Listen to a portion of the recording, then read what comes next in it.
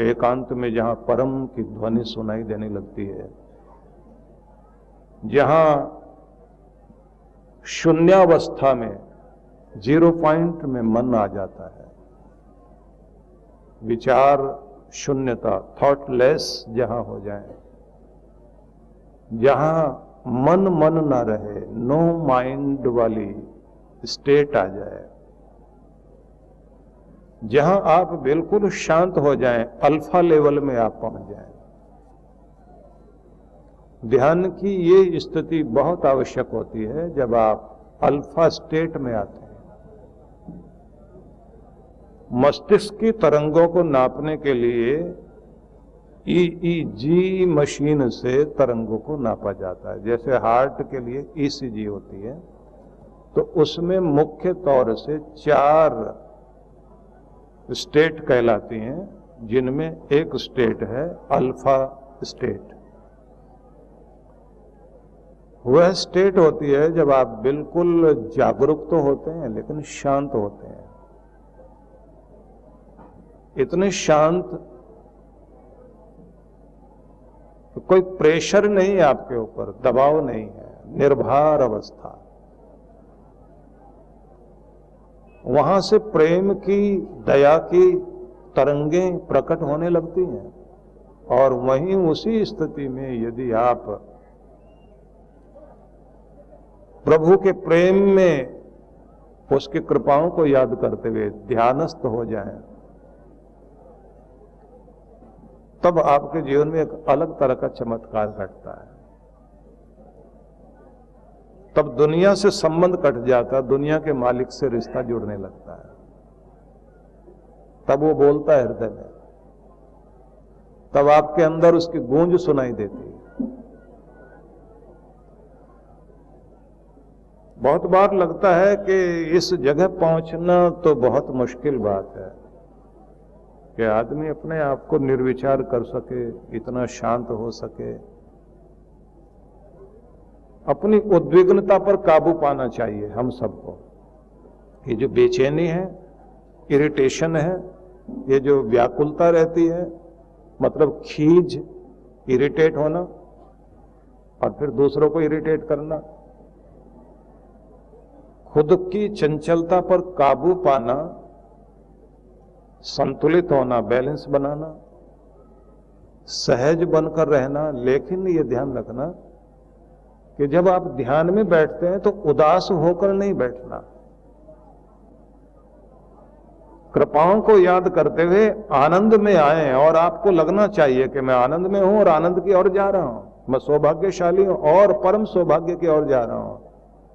और आपको यह महसूस होना चाहिए कि मैं कृपा क्षेत्र में हूं, जहां कृपाएं बरसती हैं, क्योंकि उस जगह आ गया हूं जहां परमात्मा का धाम है। भले ही वो घर का आपका एक कोना है जहां आप बैठे हुए हैं। आप जिस तरह का माहौल बना लेते हैं, उस तरह की शक्तियां आपके आसपास आने लगती हैं। जिस तरह के आप मनस्थिति में रहते हैं, उस तरह के लोग, उस तरह के सारी आसुरी शक्ति, अगर नेगेटिविटी आपके अंदर है तो वो आसुरी चीजें आने लग जाएंगी। पूरे ब्रह्मांड में वो सब कुछ है जिसका आप चुंबक बने हुए हैं, ये ध्यान रख लेना। आप पूरे मैग्नेट हैं और एक मैग्नेटिक फील्ड आपके आसपास चारों तरफ रहती है, चुंबकीय क्षेत्र, जिसमें आप कुछ खींच रहे होते हैं अपनी तरफ। उदास आदमी उदासी अपनी तरफ खींचता है, गुस्से वाला गुस्से वाली चीजें खींचेगा अपने पास, उसे ज्यादा गुस्सा आएगा और गुस्सा। तनाव वाला तनाव वाली चीजें खींचने लग जाएगा, उसे तनाव में डालने वाले, टेंशन में डालने वाले कारण चारों तरफ आएंगे अपने आप, क्योंकि वो अपने आसपास उस सब चीजों को इकट्ठा कर रहा है। हंसने का कारण ढूंढने वाले लोगों को चारों तरफ से हंसने वाली बातें दिखाई दे रही होती है। वो तो अखबार भी पढ़ेंगे तो ऊपर नीचे की हेडलाइन जोड़ लेंगे और उसी से हंसने लग जाएंगे। वो कहीं लिखा हुआ, अगर जो है दीवारों पर कुछ लिखा हुआ है तो उसे देखते देखते पूरा ध्यान से नहीं पढ़ेंगे, एक की लाइन दूसरे से जोड़ते जोड़ते हंसते हुए जाएंगे, दूसरे को सुनाएंगे, उसको भी हंसाएंगे, देखो क्या लिखा हुआ। मतलब अगर लिखा हुआ है ना राष्ट्रवादी बनिए, तो वो कहेंगे बनियों को राष्ट्रवादी कहा जा रहा है। मतलब सोचने का ढंग ही हंसने वाला होगा, क्योंकि आपका चुंबक उस तरह काम कर रहा है। और अगर आप डिप्रेस हैं, एक जर्मन लेखक हुआ जिसने लिखा कि मैं जंगल में बिछड़ गया, भूखा प्यासा था, रात आई, आसमान में आधा चांद था, मैं उसे देखकर कहता हूं ये आधी रोटी तैर रही है आसमान में। तब मुझे चांद में से कोई कविता नहीं दिखाई दी, मुझे तो रोटी दिखाई दी। क्योंकि आप जो अंदर होते हैं ना, भूखे आदमी से पूछा गया 2 2 4 होते हैं ना, बोले नहीं 2 2 4 रोटी होते हैं। तो उसको तो बेचारे को अपनी रोटी याद आ रही ना। आप जो कुछ है अंदर, जो कुछ है वही प्रोजेक्शन तो है ना बाहर, आप उसी कहना चाहिए वो बिंब जो होता है वो आपका बाहर से अंदर से बाहर की तरफ प्रकट होता है। इसलिए सबसे पहले यह ध्यान रखने की बात है कि आप एक चुंबकीय शक्ति बने हुए हैं और बाहर से वही सब चीजें खींच रहे हैं।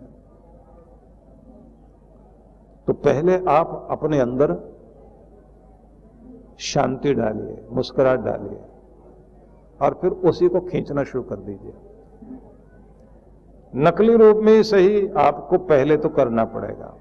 आप खुश रहिए, आनंदित हो जाइए, भगवान के गोद में बैठे बहुत आनंदित होकर, बड़ी कृपा मेरे प्रभु की, बहुत आनंदित हूं। और मन कहेगा झूठ बोल रहे हो, बहुत दुखी आदमी है, और तू कहां से सौभाग्यशाली आया, इतने तो दुर्भाग्य तुम्हारे साथ जुड़े हुए हैं, और कह रहा है कि मैं बहुत सौभाग्यशाली हूं। वो मन अंदर से बोल जाएगा झूठ बोल रहे हो, लेकिन तब भी आप बोलना मैं भाग्यशाली हूं, मैं प्रसन्न हूं। भिखारी भी तो अपने कटोरे में सबसे पहले तो अपने खुद से भीख डालता है, उसे पता है वो झूठा काम कर रहा है क्योंकि अपने पैसे डाल रहा है। लेकिन अगर अपने नहीं डालेगा तो दूसरा देगा नहीं। नल में से पानी लेना ना अपने हैंडपंप में से, तो पानी नीचे से नहीं आ रहा है तो सूख गया हैंडपंप, और 2 बाल्टी अपने डालनी पड़ेंगी। पहले अपनी डाली तो उसके बाद में वो आपने जो डाला वो तो बाहर आएगा ही आएगा, नीचे वाला भी आएगा।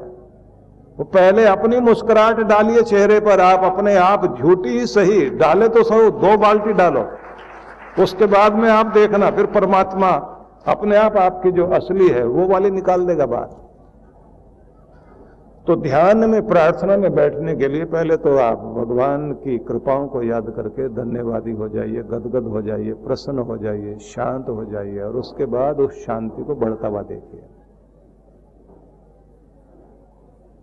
विविक्त सेवी लघुआशी यत वाक काय मानस ध्यान योग परो नित्यम वैराग्यम समुपाश्रितः। एकांत का सेवन करना है, न पतुला खाना है, वाणी को संयत करना है, न पतुला बोलना, और शरीर को ठीक से संभालना।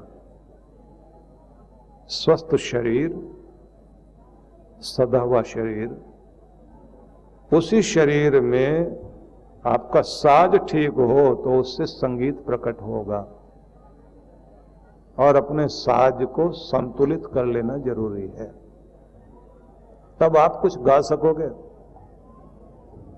कभी कभी लगता है ध्यानी को भी, भजन करने वाले को भी लगता है, भगवान की भक्ति में बैठने वाले को, अगर मैं अपने शरीर का ख्याल रखूंगा तो चंचलता आ जाएगी, भक्ति छूट जाएगी, बेकार लगता है कार्य। लेकिन ऐसा नहीं है। तबला बजाने वाला पहले जो है वो हथौड़ी लेके उसे ठोक रहा होता है, सितार वाला जो है, सितार बजाने से पहले उसके कान उमेठ रहा होता है, वो तारों को कस रहा, ढीला कर रहा होता है ना। ढोल वाला भी अपनी डोरी कस रहा होता है। वो जरूरी है, नहीं तो उसकी मिठास नहीं बनेगी, फिर संगीत प्रकट नहीं होगा, फिर वो शोर हो जाएगा। अगर आप अपनी जिंदगी में संगीत मतलब आनंद, प्रेम, शांति, प्रसन्नता प्रकट करना चाहते हैं तो अपने ढोल को थोड़ा कसना शुरू कर दीजिए, अपने शरीर का ध्यान रखना शुरू कर दीजिए। थोड़ी हथौड़ी मारनी पड़ेगी तबले पर, कहीं से ढीला करना है, कहीं से कसना है, कहीं से अपने सितार के तारों को, उसके कानों को उमेटना पड़ेगा। मतलब अपने कान खुद ही उमेटिए। उसका मतलब क्या है? अपनी गलतियां निकालिए, अपने आप पर ध्यान दीजिए और कभी कभी अपने आप को, अपने कंधों को शाबाशी दें कि तू ये बहुत अच्छा करता है, मैं तेरी तारीफ करता हूं। तो ये सब चाहिए। और फिर आगे भगवान ने कहा काय मानसः, मन को भी थोड़ा संतुलित करना जरूरी है। मूड चेंज होते रहते हैं, तो बहुत मूडी नहीं बनना आपको। जल्दी से अपने बैलेंस में आ जाया करें, जल्दी से ठीक हो जाया करें। रूठ गए तो कई दिनों तक रूठे रहे, ऐसा नहीं है। क्षणों में ही अपने आप को, ठीक है गुस्सा आया गलत बात पर, आप अपने गुस्से का प्रयोग कर लीजिए, लेकिन उसे हानिकारक मत बनाओ, उसे ऐसा मत बनाओ कि वो गुस्सा आपका जो है वो राक्षस हो जाए। क्रोध हो वैवस्वतो राजा, यमराज कहा गया क्रोध को। मौत जो आपके मान को मारती है, आपके इज्जत सम्मान सब पर चोट मारती है, ये तो उतना ठीक है जितना जरूरी है, बस उतना ही जितना आग जो है चूल्हे में जले तो खाना पकाने के काम आ जाए। खाना पकाए उतना ठीक है, खाना जलाए वो भी नहीं चाहिए, और घर जलाए तो वो तो और खराब। तो आपका खाना पका सके इतना क्रोध की आग तो चाहिए, लेकिन अगर वो आपका खाना ही जला दे और खाना खराब कर दे, मतलब घर परिवार ही जला बैठे, और एक बार आदत पड़ गई ना गुस्सा करते रहने की, तो फिर आदत पड़ ही जाएगी, बात बात में गुस्सा करोगे। और कमाल तो ये होता है कि फिर जैसे वेदों में लिखा है कि वो एक पेड़ जिसकी हरियाली सूख गई और उस तरह का हो गया कि कोई पक्षी भी नहीं बैठना चाहता, वो पेड़ कोई और नहीं, वो क्रोधी इंसान है जिसमें कहीं रस नहीं रहा, हरियाली नहीं रही, हंसना भूल गया, आकर्षण खत्म हो गया उसका, उसके पास कोई आना नहीं चाहेगा, वो अकेला रह जाएगा। कितने बुजुर्ग लोग उम्र के उस पड़ाव तक पहुंच गए लेकिन गुस्सा करना नहीं छोड़ा, अभी तक भी भयंकर गुस्सा करते हैं। एक सज्जन तो हमारे यहां वृद्धाश्रम में लाए गए, बहुत गुस्सेबाज थे और बड़े गुणी आदमी थे, बहुत अच्छे लेखक भी थे वो, पर गुस्सेबाज बहुत थे, बहुत भयंकर गुस्सेबाज थे। जब वहां रहे तो थोड़े दिनों के बाद उनसे जो है उनके आसपास वाले परेशान हो गए। सबने उनको समझा के देखा तो 5 मिनट के लिए असर पड़ता था, उसके बाद में फिर वैसे हो जाए। आखिर में सबने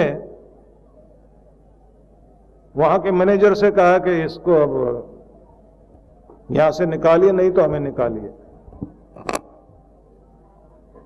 उन्होंने भी समझा के देखा तो वो आदमी फिर भी ठीक नहीं हुआ। आखिर में उसको मेरे पास भेज दिया उन्होंने। अब वो जब मेरे पास आए तो मैंने उनसे कहा कि आप इतना गुस्सा क्यों करते हैं? बोले देखिए जी वो तो आदत है, मैं 6 बहनों का एक अकेला भाई था, जिद में पला हूं, क्योंकि मां बाप मेरी गलतियों पर पर्दा डालते थे और सब एक साथ बोलते थे 6 बहनों के बाद एक भाई आया, उसे जीने दोगे तुम लोग? मेरी सारी गलतियों को ढका गया। मेरे गुस्से पर जायज नाजायज को सबने बर्दाश्त किया। बड़े होते होते जब शादी हुई उसके बाद मेरी पत्नी ने मुझे बर्दाश्त किया, फिर मेरे बच्चों ने बर्दाश्त किया, और जब बहुएं आ गई तो उन्होंने कहा कि आप रहिए इनके साथ, हम नहीं रहेंगे। आखिर में मुझे यहां भेज दिया, अब आप बर्दाश्त कर लीजिए। मैंने कहा क्यों,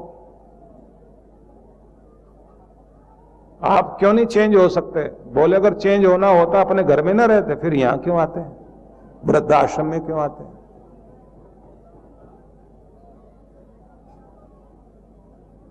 मैंने कहा आप ऐसे क्यों हैं? बोले हो गए अब तो जाके चिता में ही ठीक होंगे, आप बदलने वाले तो है नहीं। हमें बदलने वाले बहुत लोग आए, लेकिन क्या करें, आदत है, थोड़ी देर ठीक रहते हैं, फिर अंदर से प्रकट हो जाता है। मैंने कहा ये अगले जन्म तक जाएगा, चिता में जलेगा नहीं, ये इलाज यहीं कर लेना ठीक है। जब बीमारियां तक जो है जीन्स में ही प्रॉब्लम होती है, 7 पीढ़ियों तक भी बीमारियां जाती हैं, तो मैंने कहा ये तो जन्मों तक आपको दुखी करेगा। फिर उनको कहा कि एकांत में बैठना शुरू करो, मौन साधना शुरू करो, और अपनी बात को जो कहना चाहते हो उसे मीठे ढंग से कहकर देखो, और आप शांति दूत बनने की कोशिश करो, क्योंकि आप शांति के मसीहा बनेंगे तो चारों तरफ शांति बिखेरोगे। पराये भी अपने हो जाएंगे अगर आपको ठीक से बोलना आ गया। आपने तो अपनों को पराया कर लिया। बहुत थोड़ा थोड़ा फर्क पड़ा उस आदमी में, पर मैं आपको ये बताना चाहता हूं कि ये हम लोगों के कंडीशनिंग जो की जाती है परिवारों में, वो हमारे पूरे पर्सनैलिटी को ऐसा बना देते हैं जो हम होते नहीं हैं। इसलिए कभी कभी बच्चों को वहां डांटना पड़ेगा आपको जहां वो गलती कर रहे हैं। बच्चों को बचाना होता है, अगर नहीं बचाओगे तो आगे उसकी पत्नी बोलेगी इसके माँ बाप ने इसको पाला कैसे, उन्होंने रखा कैसे। स्कूल कॉलेज वाले तो अपना कोर्स पूरा करेंगे, उनको कोई जिम्मेदारी नहीं लेनी है, जिम्मेदारी माँ बाप को लेनी पड़ेगी। और सबसे बड़ी चीज तो ये, जब आप बड़े हो जाते हैं अपनी जिम्मेदारी तो खुद ही लेनी होती है, अपनी गलतियों में सुधार लाना होता है। तो आगे बढ़ते हैं, भगवान ये कह रहे हैं कि अपने आप को संतुलित करना, अपने मूड को चेंज, ये जो बात बात में आपके मूड खराब होते हैं, इन्हें आप मनोदशा को संभालना चाहिए। ध्यान योग परो नित्यम वैराग्यम समुपाश्रिता। फिर आगे उन्होंने कहा कि ध्यान योग से जुड़ो, ध्यान करना सीखो।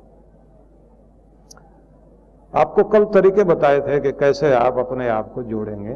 अब थोड़ी सी बात और सुन लीजिए कि आप किसी नाद के जरिए, भजन के जरिए, संगीत के जरिए अपने आप को संगीत से जोड़ते हुए तन्मय हो जाएं, और उस बिंदु तक ले आए कि जब आप को अपनी सुध न रहे आप कहां हो।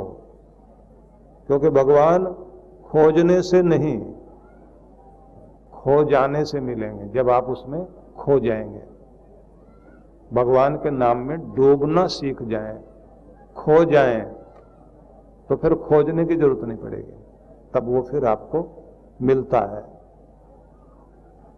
इसलिए जो ये सूफी शायर कहते हैं, वो एक बड़ी प्यारी पंक्ति कहते हैं, मैं वहां हूं ऐ मेरे हमदम। मेरे प्यारे, मैं वहां हूं। कहां? मैं वहां हूं ऐ मेरे हमदम जहां खुद को खुद की खबर नहीं रहती, जहां तुम्हें खुद की होश नहीं रहेगी, बस वहां मैं हूं। अपने आप को एक बार बुलाने की कोशिश करो, अपने अंदर बैठी हुई सारी दुनिया को हटाने की कोशिश करो। जब तुम खुद को खो बैठोगे, बस फिर तुम मुझे पालोगे। ये बिंदु है।